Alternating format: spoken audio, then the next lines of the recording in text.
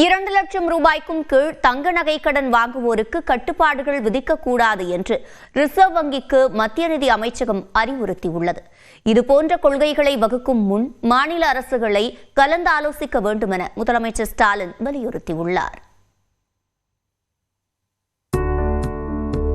தங்க நகைக்கடன் தொடர்பாக புதிய கட்டுப்பாடுகளை விதிக்க திட்டமிட்டுள்ள ரிசர்வ் வங்கி வங்கிகள் மற்றும் நகைக்கடன் வழங்கும் நிறுவனங்களுக்கான வரைவு வழிகாட்டுதல்களை வெளியிட்டது. அதில் பழைய நகைகளை அடகு வைக்கவும் ரசீது வேண்டும் என்பது உள்ளிட்ட பல்வேறு கட்டுப்பாடுகளுக்கு நாடு முழுவதும் கடும் எதிர்ப்பு எழுந்து வருகிறது. இந்நிலையில் தங்க நகை கடன் தொடர்பான வரைவு வழிகாட்டுதல்களை ஆய்வு செய்து பல்வேறு பரிந்துரைகளை ரிசர்வ் வங்கிக்கு மத்திய நிதியமைச்சகம் அனுப்பியுள்ளது. அதன்படி 2 லட்சம் ரூபாய்க்கும் கீழ், அதாவது சுமார் 3.5 சவரனுக்கும் குறைவான நகைகளுக்கு கடன் வாங்குவோருக்கு கட்டுப்பாடுகள் விதிக்கக்கூடாது என்று பரிந்துரைக்கப்பட்டுள்ளது. மேலும் நகைக்கடனுக்கான கட்டுப்பாடுகளை நடைமுறைப்படுத்த கால தாமதமாகும் என்பதால் அதனை அடுத்த ஆண்டு ஜனவரி 1ஆம் தேதி முதல் அமல்படுத்துமாறும் அறிவுறுத்தப்பட்டுள்ளது. பல்வேறு தரப்பினர் முன்வைத்துள்ள கோரிக்கைகள் மற்றும் ஆலோசனைகளை முறையாக பரிசீலித்து தங்க நகை கடன்களுக்கான கட்டுப்பாடுகளை இறுதி செய்யுமாறும் ரிசர்வ் வங்கிக்கு மத்திய நிதியமைச்சகம் வலியுறுத்தியுள்ளது.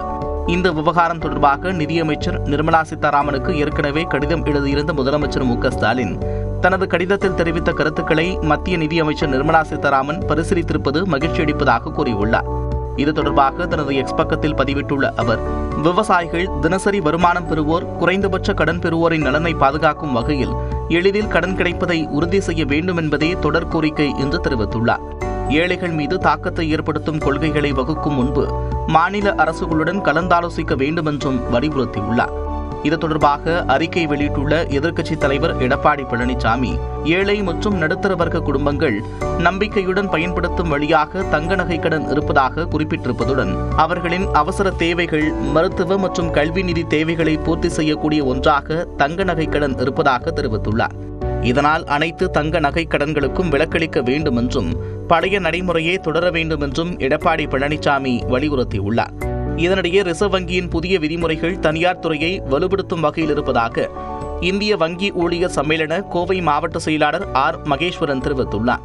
இது பொதுத்துறை வங்கிகளில் இருக்கின்ற வரை அந்த நகைகளுக்கான பாதுகாப்பு மட்டுமல்ல, அது ஒரு குறைந்த வட்டியிலும் ஒரு அதிகமான தொகையாகவும் அதை கொடுப்பதற்கான முயற்சிகளை பொதுத்துறை வங்கிகள் மேற்கொள்ளும்.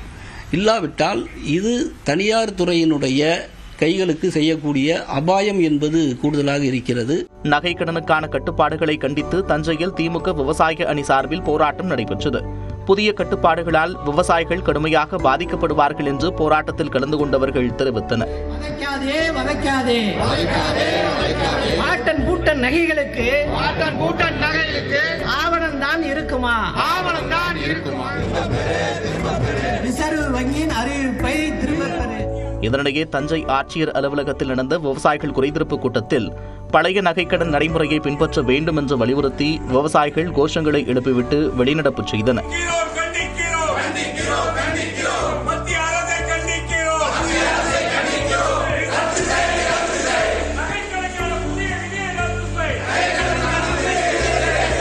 இதேபோல அரியலூர் மாவட்ட ஆட்சியர் அலுவலகத்தில் நடந்த குறைதீர்ப்பு கூட்டத்திலும் நகைக்கடனுக்கான கட்டுப்பாடுகளை தளர்த்த வேண்டும் என்று விவசாயிகள் வலியுறுத்தினர்.